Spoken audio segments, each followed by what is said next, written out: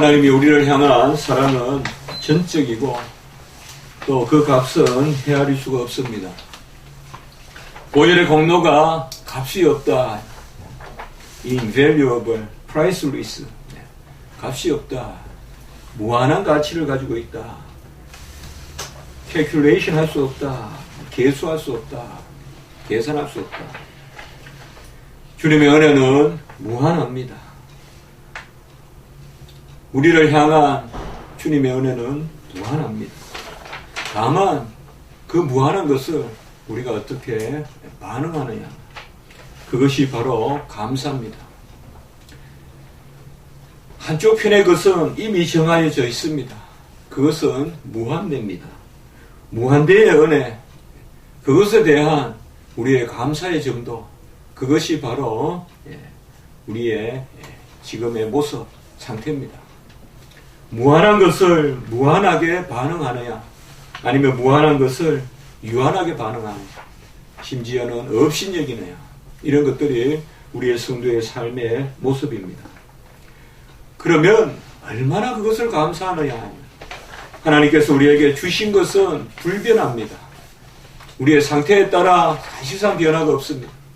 만세전에 다 이루신 공로를 우리에게 다 주시기 때문에 그 대상은 불변합니다. 다만 그 은혜에 대한 감사가 변하고 또 감사가 더하고 감사가 덜한 것인데, 그 감사는 정확하게 기억에 비례합니다. 우리가 얼마나 그것을 기억하고 있느냐, 이것이 바로 감사의 척도고, 주님의 은혜, 무한대의 은혜에 대한 기억의 정도, 이것이 바로 하나님이 우리를 얼마나 즐겁게 보시느냐 하는 그 정도가 되겠습니다. 광야에 오면 홍해 건넜던 일을 금방 까먹게 되고, 여리고에 오면 요단 건넜던 일을 금방 까먹게 됩니다. 평생 허물고 코가 빠지고 손가락이 빠지고 발가락이 빠지는 그 나병, 그 한센시병을 고쳐주어도 기억하고 돌아와 감사하는 사람은 많지 않습니다. 사람은 자기 자신에게 가해한 사람은 오래 기억합니다. 그것은 보복하기 위해서 그래 하는 것이죠. 그래서 간혹은 사람들은 어떤 사건 그 자체보다도 그것에 대한 억하 심정 때문에 화병이 나고 죽고, 특별히 그런 일들을 우리가 많이 봅니다.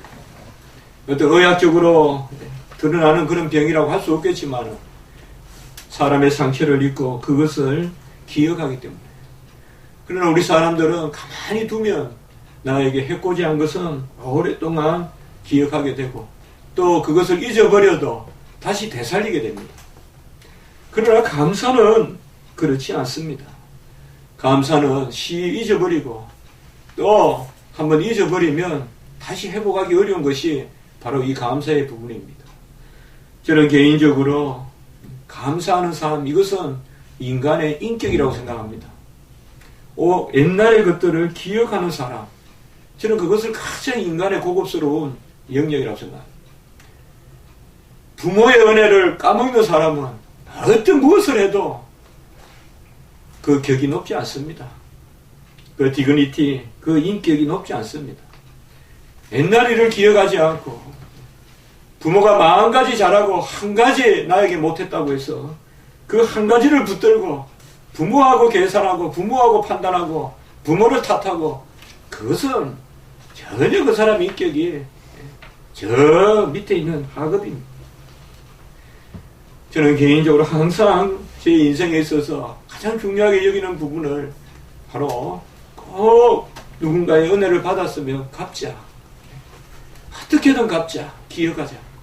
그리고 비록 지금은 그 사람이 나에게 어떻다 할지라도 한때 그 사람이 나에게 많은 것을 도와주거나 베풀어 주었으면 그것으로 인하여 그 사람에게 감사하자. 사람은 할 수 없잖아요. 제 자신도 그렇고. 아무리 좋다가도 싫을 때도 있고, 아무리 베풀다가도 미울 때가 있고, 오히려 베푸니까 미울 때가 있죠. 오히려 받으니까 미울 때가 있고, 그 애증이라고 하죠. 애증.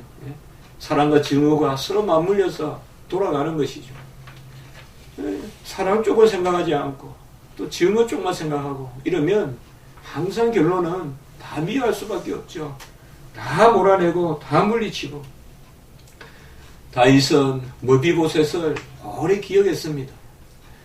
요나단이 죽고 또 사울도 죽었지만 그 친구 요나단의 아들 므비보셋을 오래 기억했어요. 이런 부분이 다윗의 뛰어난 부분입니다. 양다리를 다 저는 그런 폐물과 같은 폐족에 속한 그런 자손을 왜 새 왕이 그렇게 거둬야 되겠어요? 그러나 므비보셋에게서는 왕과 버금가는 왕의 식탁에서 밥을 먹도록 해주는 그런 일을 베풉니다. 이러니 어찌 이 왕을 따르지 않겠어요? 왕이 싹둑싹둑 그냥 조금만 못하면 다 잘라버리고 다 보복해버리고 그러면 되는 듯 해도 한때는 그 날카로움으로 그 서서히 푸른 것으로 해서 사람들이 쫓는 듯 해도 좋은 것을 오래 기억하고 은혜를 오래 기억해야 돼요. 우리 기독교인들의 계속 가장 중요한 특성은 뭐예요? 우리가 오늘도 네 번째 했으면 기억하여 거룩하게 지켜라 안식일. 이것을 행하여 나를 기념하라. 그리고 나는 너를 애굽다 종되었던 곳에서 이끌어낼 내 여호와 하나님이로라. 왜 그렇게 주님께서 자꾸 되뇌이십니까? 기억하라고. 우리 기독교인들의 가장 중요한 특성 중에 하나는 바로 기억이요. 그 기억을 통하여 하나님께는 기념하는 것입니다. 사람에게 기념하지 말고 사람에게는 기억을 통하여 갖고 베풀고 하나님께는 베풀 것이 없어요. 사실은 우리가 그것을 기념하라는 거예요. 하나님은 기억하여 영광을 올려라. 그게 기념이에요. 기념은 기억 플러스 영광이 있는 거예요. 성령이. 그래서 우리가 성찬을 할 때 기념하라라고 이렇게 이야기했습니다. 데살로니카까지 쫓아와서 그 사울을 죽이고자 하는 그런 기억 말고 말입니다. 끝까지 사람을 추적해서 꼭 대갚아야죠. 행여라도 여러분들 그런 것으로 덕목을 삼지 마세요. 내가 목회 잘하려면, 내가 세상에서 성공하려면, 내가 가볍게 보여서 안 되겠다.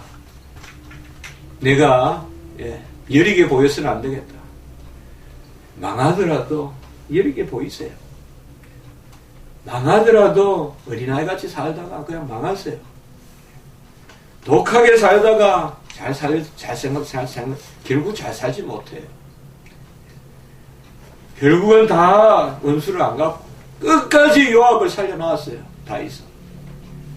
죽이려면 그것만 죽일 수도 있지만 그래도 하나님의 뜻을 쫓아서 솔로몬에게 맡겼어요.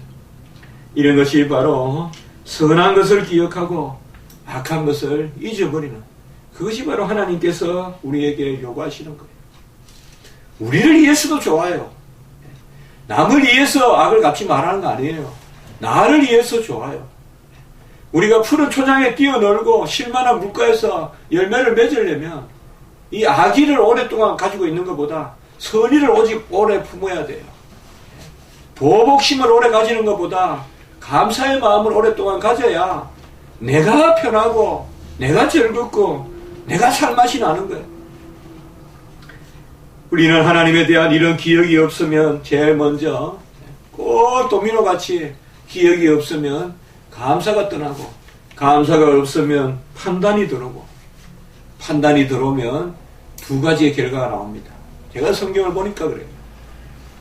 기억이 없으면 감사가 떠나고, 감사가 없으면 판단이 들어오고, 판단이 들어오면 두 가지가 들어와요.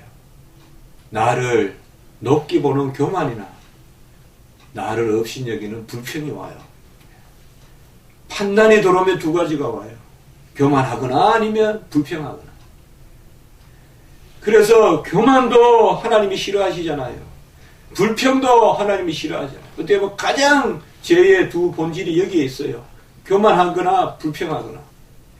이 두 가지를 없애려면 어디로부터 거슬러 올라가야 되느냐?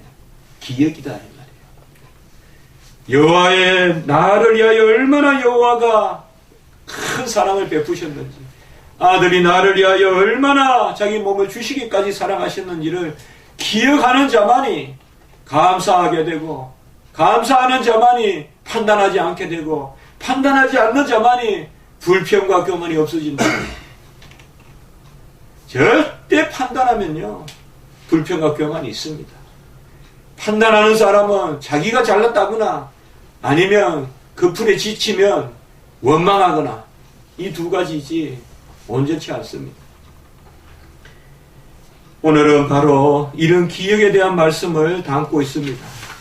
느헤미야는 성벽을 재건하고 52일 만에 수축했죠. 느헤미야는 그의 품성이 기억의 품성이었죠. 예루살렘을 오랫동안 기억했습니다. 그는 다른 사람들이 예루살렘에 그런 집을 추억하고 그 마을에 어떤 향수를 가지고 있었다면, 이 느헤미야는 예루살렘의 성전과 성벽에 대한 기억을 가지고 있었어요. 그것이 이제 파괴되어 돌 위에 돌도 남지 않게 되는, 성전도 해파되고 성벽도 거의 허물어져서 수축이 필요한 그것을 느헤미야는 안타까워했죠. 그리고 그가 왕의 마음을 움직여서 이제 다시 돌아와서 52일 만에 이 성벽을 수축합니다. 그리고 7월 1일이 되어서 그 6월에 성전을 수축하고 7월 1일에 나팔절을 지킵니다. 나팔절은 여호와의 유대의 절기죠. 주님께서 레위기에 명령하신, 그리고 민수기에도 보면 이 나팔절을 지킵니다. 우리나라에 음력이 있죠. 음력 1일이 있다 그러면 바로 그날이 나팔절이에요. 그러니까 유대 민간령으로 1월 1일입니다. 7월달이 민간령으로. 종교력으로 하면 우리가 사실은 6월절이나 니산월이나 이렇게 보지만은 민간력으로 보면 이 나팔절이 시작하는 날이에요. 그래서 7월 1일 날 나팔을 붑니다. 그래서 나팔절입니다. 그야말로 이 나팔은 여러 가지 의미가 있겠죠. 그러나 무엇보다도 민족의 출발을 알리는, 또 새로운 행진을 하는, 또 하나님께서 그들을 이끌어내신 그 나팔절을 지냅니다. 그런데 이번에 이 나팔절은 특별히 더 의미가 있었던 것은 바로 예스라가 학사라고도 하고 우리가 이후에는 서기관이라도 부를 수 있는, 그게 바로 이 에스라입니다. 이때 학사는 뭐냐면 말씀을 열심히 수고가 뭐죠? 손으로 원고를 쓰는 거. 열심히 수고하고, 그리고 그것을 또 정오, 옳고 그런 것을 체크하고, 그것을 또 유지하고 암송하고, 이런 일들이 바로 학사가 하는 일인데, 이 학사 에스라는 잘 알다시피 바로 느헤미야와 더불어서 이 성벽 재건의 중심인물이 되는 거죠. 이 학사 에스라가 이제 율법책을 가지고 와서 읽습니다. 율법을 쭉 읽으니까 사람들이 전부 그것을 이제 듣고는 애통하는 것입니다. 에스라가 율법책을 낭독하고 해석하고 깨닫게 했다라고 이야기했습니다. 그러니까 이 말씀을 하나 읽고 이 말씀은 이렇고, 또 그것을 깨닫게 하고, 또 이 말씀을 읽고 이 말씀은 어떻고 깨닫게 하고. 우리도 이런 설교도 있지만은 간혹 이런 사경의 전통이 좀 유지가 됐으면 좋겠습니다. 이게 사경이거든요. 말씀을 읽고 풀어서 설명하는 거. 설교하고는 조금 다릅니다. 설교는 강단을 통하여서 나가는 거지만 사실은 사경은 좀 더 말씀 자체를 풀어서, 그래서 쭉 읽어가다가 말씀이 우리 자신에게 이해가 되잖아요. 그 어떤 질문이라거나 어떤 그런 라기보다도, 그래서 뭐 돼지 소지를 잡아서 뭐 1, 2, 3 나누고 그렇게 하는 것보다도 말씀을 쭉 읽으면서 중요한 것들을 이렇게 풀어주는, 이것을 바로 학사 에스라가 했습니다. 이것을 하니까 그들이 손을 들고 아멘 아멘 하고 몸을 굽혀 얼굴을 땅에 대고 경배하였다라고 느헤미야 8장 5절과 6절에서 말하고 있습니다. 사실은 가장 경사날이거든요. 우리나라도 보면 정월 초하루에는 울다가도 그치잖아요. 그리고 일하다가도 안 하죠. 그래서 뭐 정월 섣달 금운날 뭐 나무하러 간다, 그런 말 있잖아요. 그리고 정월 초하루 날 빨래터에 간다, 뭐 그런 말 들은 적이 있는 것 같아요. 아주 게으른 사람, 이때까지 빨리 할 거 다 모아놨다가 정월 초하루 날 설날 빨래하러 간다, 빨래터에. 오늘 또 제가 좀 그런 게 있었던 것 같아요. 고등학교 때 자취하면서. 왜냐하면 명절 이럴 때 집에 잘 안 내려가면 그때 빨래 하잖아요. 그때 빨래하고 뭐 빨래 벅벅 하면서 나는 시골에도 못 가고 하면서 이렇게 하잖아요. 섣달 금운날 12월 31일 날 이때까지 뭐하고 놀다가 정을 초월하라 쓸 나무를 마지막 날 하러 가고, 이 나팔절도 마찬가지예요. 즐거워하는 날, 쉬는 날, 그리고 단 것과 오늘 말씀해 보면 단 것을 먹는 날. 그러니까 어떤 무교의 그런 날이 아니에요. 발효하지 않은 것을 먹는 것이 아니라 가장 맛있는 것을 먹는 날. 그렇게 이 나팔절을 보내는데, 그때 말씀을 읽으니까 전부 다 뭐예요? 옛날 말씀, 자기들의 죄가 보이고 하니까 이 나팔절 때 이 사람들이 가슴을 튀면서 슬퍼하면서 눈물을 흘리고 손을 들고 그냥 무릎을 꿇고 땅에 그냥 하면서, 그리고 아멘 아멘 하면서 그냥 가슴을 치면서 눈물을 흘렸다. 그러니 느헤미야가 오늘은 성일이니 박사한 에스라와 느헤미야가 너희들은 슬퍼하지 말라. 그리고 8장 10절에 오늘 읽었던 말씀 바로 앞부분에 보면 여호와로 인하여 기뻐하는 것이 너희의 힘이니라. 같이 합시다. 여호와로 인하여 기뻐하는 것이 너희의 힘이니라. 우리 기독교의 진리는 아주 심오하고 오묘한 이런 추상적인 이야기가 아닙니다. 기쁨이 우리의 능력이다 이 말이에요. 여러분들 경험하시죠? 즐거움이 이기는 힘이에요. 절망하고 좌절하지 않아요. 수심도 있어요. 느헤미야도 수심이 있었어요. 얼굴에 수심이 있어요. 두려움과 떨림이 있어요. 그래도 기쁨을 잃어버리면 안 돼요. 아무리 나를 쫓아오는 적들이 나를 쫓아와도 우리 안에 평화가 있고 기쁨이 있어야 돼요. 그 기쁨이 궁극적으로 우리를 이기게 하는 힘이에요.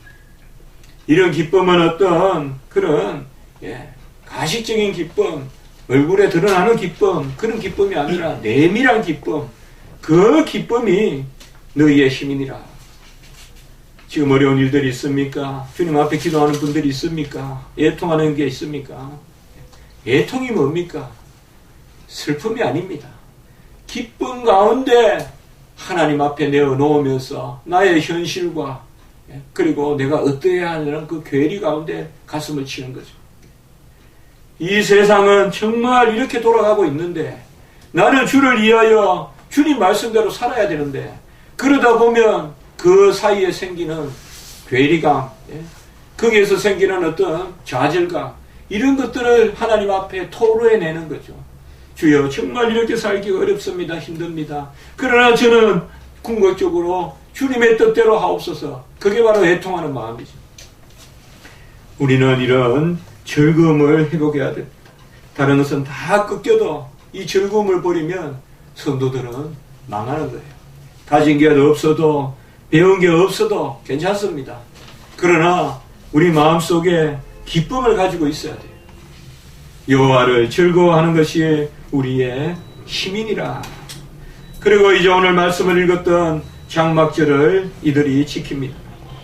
아마 이때까지는 아직까지 초막절, 장막절 이런 것에 대한 개념이 없어서 제 생각으로는 이들이 7월 10일 날 대속죄일을 안 지키잖아요, 지금. 그렇죠. 대속죄일이 있잖아요, 7월 10일 날. 나팔절 지키고 속죄일 지키고 장막절을 지켜야 되는데 지금 보면 그 부분에 대한 말씀은 없어요. 그래서 아마 제가 생각한데 이들이 나팔절은 오랫동안 기억했어요. 정을 초월하니까 민간역으로. 그래서 나팔절은 지켰고, 그리고 다시 돌아보니까 말씀해 보니까 오늘 바로 수장절을 지키라 라고 이렇게 나온다 이 말이에요. 수장절 혹은 초막절을 지키라. 그래서 그들은 이제 말씀에 따라 7월 15일부터 7째 날까지 7일 동안 지키고, 그래서 7월 22일까지 지키고, 그리고 7월 23일은 성회로 모이고, 이게 꼭 말씀대로 한 거거든요. 이제 말씀대로 지킨 거예요, 말씀대로. 성회로 모이고, 그것이 바로 오늘 우리가 읽었던 이 초막절입니다. 초막절이 뭘까요, 여러분들? 바로 기억의 절기입니다. 초막절은 두 가지입니다. 애굽에서 출애굽할 때 그들이 장막에 거했던 것을 기념하는 것입니다. 그때 구름 기둥 불기둥으로 그들을 이끌어 주시고, 그리고 그들에게 만나와 메추라기를 주시고, 그 바위에서 물을 주셨습니다. 믿습니까? 바위에서 물을 주셨어요. 그것을 기념하는 날이 바로 이 장막절이에요. 그리고 장막절은 또 한 가지 중요한 게 있어요. 이방인이 돌아오는 날이에요. 여기 아주 묘한 그런 은혜가 있는 거예요. 스가랴 14장 16절에 보면 예루살렘을 치러 왔던 이방 나라들 중에 남은 자가 해마다 올라와서 그 왕 만군의 여호와께 경배하며 초막절을 지킬 것이니라. 아주 놀라운 말씀이 있어요. 스가랴서에. 예루살렘을 치러 왔던 병사들이 회심하고 초막절을 지킬 것이다. 그래서 초막절의 두 번째 의미는 뭔가 하면 바로 이방의 곡식을 거두어 드리는 거예요. 이방의 곡식을 거두어 드리는 거예요. 어떻게 보면 오늘날 우리 만민이 기억해야 될 절기다 이 말이에요. 우리가 다 이방인이잖아요. 우리가 혈족으로는 혈족으로는 우리가 아브라함의, 이삭의, 야곱의 혈족이 아니잖아요. 우리도 다 이방인이잖아요. 우리를 거두어 주셔서 창고에 알곡으로 들이신 날, 이것을 기념하는 날. 오늘날 우리가 추수감사절로 지키지만은 그것은 초막절을 지키는 건 아닙니다. 여러분들. 절기는 다 폐했어요. 그러나 그것을 기억하면서 그 뜻을 지키는 것이죠. 그래서 여호수아 때부터 이때까지 없었다 이 말이에요. 이 초막절은 이방인이든 이스라엘 백성이든 기억해야 되는 날. 우리는 이 기억의 열매를 맺는다는 것을 잘 생각해야 되겠습니다. 성도들은 뭐 특별한 일을 많이 하려고 생각하지 마세요. 성도들은 기억하는 것입니다. 기억하고 예배 드리고 하나님 앞에 말씀 듣고 회개하고 그러면 열매가 맺힙니다. 무슨 뭐 하들짝 매일 놀라듯이 무슨 새로운 일을 해야지 하나님이 열매를 맺게 하시는 것이 아니라 평온한 가운데 잠잠한 가운데 여호와를 즐거워하는 것이 힘이니라. 무슨 프로젝트를 내고 무슨 내가 그야말로 지혜를 길러서 기술을 길러서 힘이 있는 것이 아니라 예배를 드리고 감사를 드리고 기억을 하고 즐거워하고 그것이 힘이니라. 우리가 어려운 일 있으면 주님 앞에 무릎 꿇고 기도할 때 무엇이 우리의 이루가 됩니까? 결국은 이루가 되잖아요. 주님이 나를 붙들었던 걸 기억하잖아요. 에베네셀 하나님이 여호와 이레의 하나님이라고 고백하잖아요. 지금까지 나를 지켜주셨던 에베네셀의 하나님이 앞으로 나를 지켜주실 이레의 하나님이라는 걸 기억하게 되잖아요.